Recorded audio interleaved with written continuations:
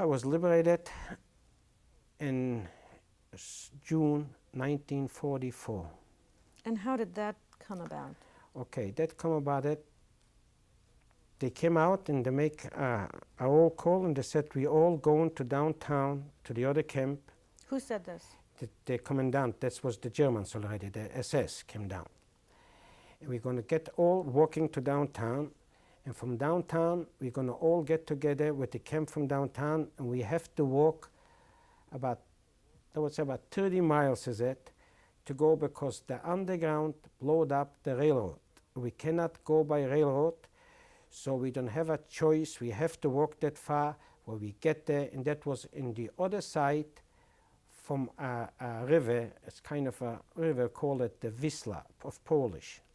And in the other side, that Wisla, we're gonna wait for us the railroad. We all gonna have easy from that on and go to Germany. See, they're gonna supply us so we don't have to walk more.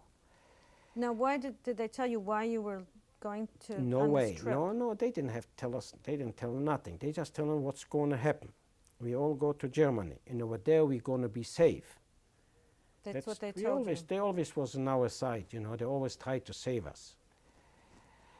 So the same day after the appel, we all get together. We start marching on the guard. That time was already about 5 or 6 guards around us. And we start marching to downtown, to the Krasny camp.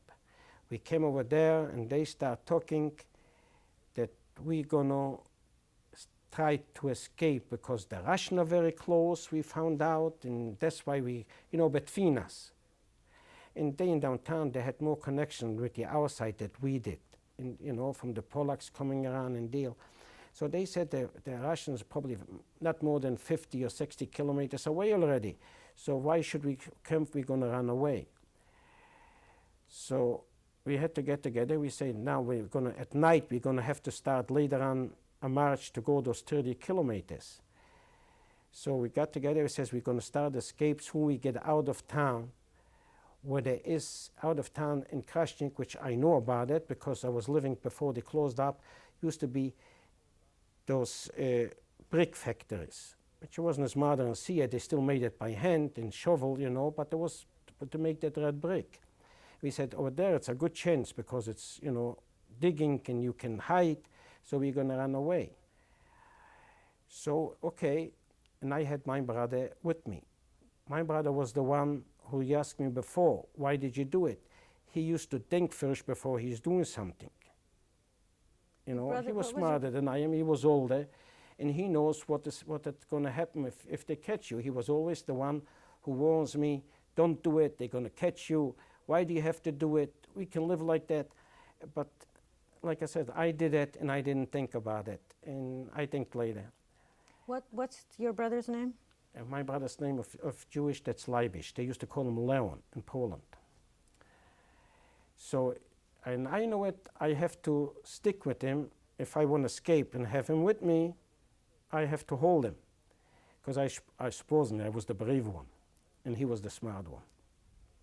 Anyway, what I did, when we started marching, what I didn't count, what I found out later, that there was a little fence what they built it. By the time I know the place, and it was 2 or 2.5 years later, since I saw the place, was a little fence. I don't know how high that fence was, but I would estimate it maybe 3 or 4 feet high, no more, because I didn't hit my face. It just, when I start, I hold on to my brother, and I says, when we start, that one that escaped, it was dark already. Nobody lots of people, you know, between, everybody started running. So I didn't even look for anything, but I started running to the side to cross over the road, and I ran into that fence, and I got cut from that barbed wire. It was very small. So instantly I let go of my brother, and I fell over that fence. I tore myself over. I tore off a piece of my shirt, a piece of the pants. There was nothing, but soon I let him go. He stopped right to that fence on that side. And that was the last I got of my brother. He didn't climb the fence. He didn't. And he only had to go is 12 more inches, 1 more foot. Just fall over and lay there.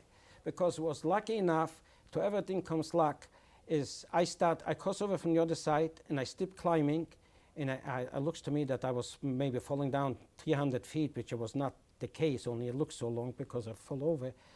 And I climbed from the other side up, and I started running, and not too far, all of a sudden we heard a voice in German, because they start shooting, you know, the guard. We start running, they start shooting. Maybe they killed some over there, I don't know. And a voice came over, very loud, and we was laying there, quiet. And that start getting who's in charge here, and that SS man, the real commandant, the big shot from the SS, came over, and he said in German that we have to take the Jews over there, so we don't have the train, so we have to walk with them, and they tried to escape. And that officer, he probably was very high ranking to talk like that to an SS man. It had to be very high ranking. I never saw a face, all a voice. And he started giving hell to that guy. He says, if you're not going to stop shooting, I bring over my people and I'm going to shoot you with the Juden together, with the Jews together. So it quieted down. So we would not escape, and we were not scared to run anymore because there was no shooting. So we were laying there.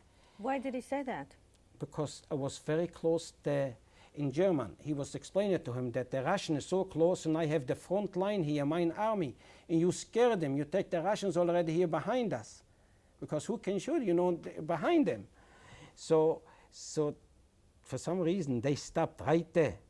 And they start calling eintreten, means get together again for marching. Eintreten for marching, and then I heard my brother's voice calling me. So I figure right there, he's left. And that's the last I saw him. And up till that time, we were together. That was the last of my family.